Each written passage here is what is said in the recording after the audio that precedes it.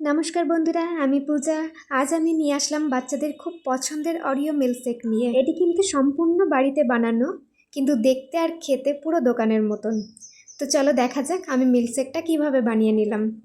প্রথমে এখানে আমি একটা মিক্সিং জার নিয়ে নিয়েছি। এবার জারের মধ্যে আমি এক এক করে দিয়ে দেবো অরিও বিস্কুট।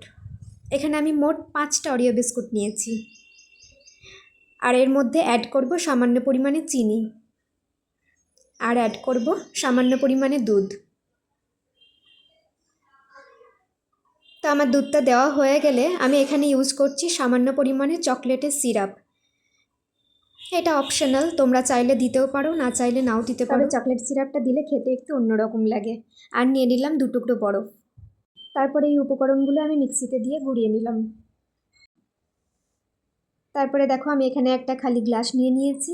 এবার গ্লাসের চারপাশ দিয়ে একটু চকলেট সিরাপ নিয়ে নিলাম, যাতে দেখতে একটু দোকানের মতন লাগে। এইভাবে একবার বাচ্চাদের বানিয়ে দিয়ে দেখবেন, তারা কিন্তু একবার নয় বারবার খেতে চাইবে। ব্যাস হয়ে গেল। এবার গ্লাসের মধ্যে আমি মিল্কশেকটা ঢেলে দিলাম।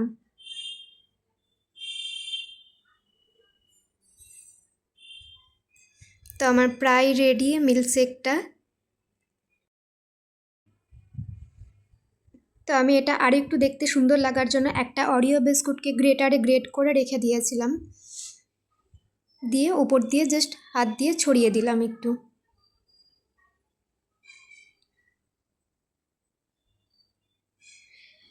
আমরা তো দোকানে গেলে প্রায় বাচ্চাদের অরিও মিল্কশেক দিই। তোমরা বাড়িতে এইভাবে একবার ট্রাই করে দেখতে পারো। আর উপর দিয়ে দিয়ে দিলাম অল্প একটু চকলেট সিরাপ। ব্যাস হয়ে গেল আমার মিল্কশেক রেডি। বাড়িতেই থাকা কয়েকটা উপকরণ দিয়ে আমার এটা রেডি হয়ে গেল। একবার বাচ্চাদেরকে বাড়িতে বানিয়ে দেবে, দেখবে অসাধারণ লাগবে। আর ভালো লাগলে আমার চ্যানেলটি সাবস্ক্রাইব করে রেখে দেবেন।